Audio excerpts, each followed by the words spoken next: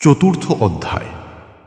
সৌতি কহিলেন, হে ব্রহ্মণ, তৎপরে শ্রীকৃষ্ণের রসনাগ্র হইতে বিশুদ্ধ স্ফটিকের ন্যায় উজ্জ্বল কান্তি, শ্বেত বস্ত্র পরিধানকারিণী, সর্বপ্রকার অলঙ্কারে ভূষিতাঙ্গী, জপমালাধারিণী, মনোহারিণী এক দেবী আবির্ভূতা হইলেন। তিনি ত্রিজগতে সাবিত্রী নামে বিখ্যাতা। সেই সাধ্বী সাবিত্রী দেবী কৃতাঞ্জলিপুটে ব্রহ্মের সম্মুখীনা হইয়া বিনয় বচনে তাহাকে স্তব করিতে আরম্ভ করিলেন। হে বিভো, যিনি নির্বিকার, নিরঞ্জন, কেবলমাত্র জ্যোতির্ময় হইয়াও ভক্তজনের অনুগ্রহের জন্য শ্যামরূপ ধারণ করিতেছেন, সেই সনাতন, পরাৎপর, সর্ববীজ পরব্রহ্ম আপনাকে নমস্কার করি। বেদজননী সাবিত্রী দেবী এই রূপ স্তব করিয়া পুনরায় শ্রীহরিকে নমস্কার করত ঈষৎ হাস্যবদনে মনোহর রত্ন সিংহাসনে উপবেশন করিলেন। তাহার পর পরমাত্মা শ্রীকৃষ্ণের মানস হইতে তপ্ত কাঞ্চন সদৃশ সুন্দরকায় এক পুরুষ আবির্ভূত হইলেন। তিনি নিজ পঞ্চবাণ দ্বারা সকল কামীজনের মন মথিত করিয়া থাকেন, এজন্য মনীষীগণ তাহাকে মন্মথ নাম দিয়া বিখ্যাত করিয়াছেন। সেই কামদেবের বাম পার্শ্ব হইতে সকলের মোহকারিণী অনুপম রূপ লাবণ্যবতী এক কামিনী উৎপন্না হইলেন। সেই সহাস্য বদনা কামিনীকে দেখিবা মাত্র সকলের হৃদয়ে রতির উদ্রেক হইয়া থাকে, এজন্য মনীষীগণ তাহার নাম রতি রাখিলেন। ধনুর্ধারী সেই পঞ্চবাণ মন্মথ রতির সহিত পরব্রহ্ম হরিকে যথোচিত স্তব করিয়া তাহার সম্মুখে রমণীয় রত্ন সিংহাসনে উপবেশন করিলেন। সেই কামদেব মারণ, স্তম্ভন, ভৃদন, শোষণ ও উন্মাদনা এই পঞ্চবাণ ধারণ করত পরীক্ষার নিমিত্ত সকলের উপর নিক্ষেপ করিলে পরমেশ্বরের ইচ্ছায় সকলেই এককালে কামাধীন হইয়া উঠিলেন। অধিক কি, মহাযোগী ব্রহ্মারও সতৃষ্ণ নয়নে রতিদেবীকে অবলোকন মাত্রে ঋতুপাত হইল। তখন ব্রহ্মা অতিশয় লজ্জিত হইয়া নিজ পরিধেয় বস্ত্র দ্বারা তাহা আচ্ছাদন করিয়া অবস্থিতি করিতে লাগিলেন। কিন্তু সেই রেতো সহসা আবরণ বস্ত্র দগ্ধ করিয়া জাজল্যমান শিখাসমূহে পরিবেষ্টিত অতি প্রকাণ্ড দেবপ্রধান জ্বলন্ত অগ্নিরূপে পরিণত হইয়া উঠিল।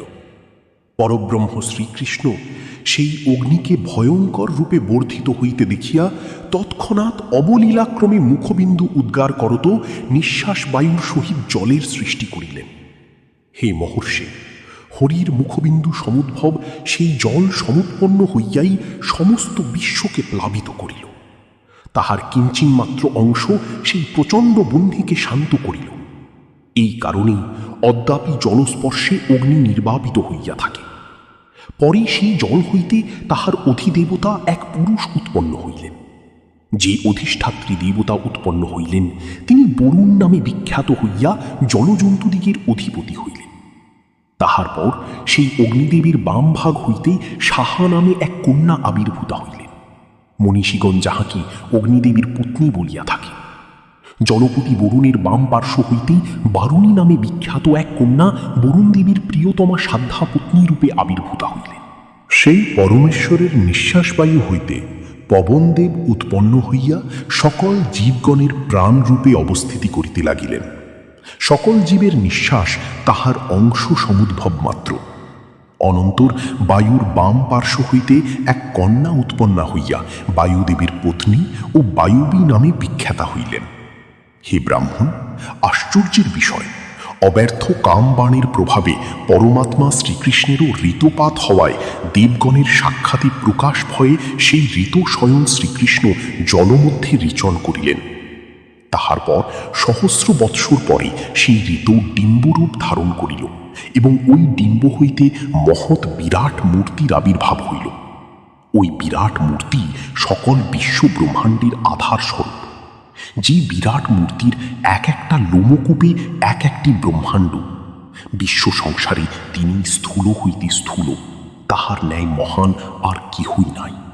সর্বাধার, সনাতন, মহাবিষ্ণু নামে বিখ্যাত এই বিরাট মূর্তি পুরুষই পরমাত্মা শ্রীকৃষ্ণের ষোড়শাংশের একাংশ মাত্র।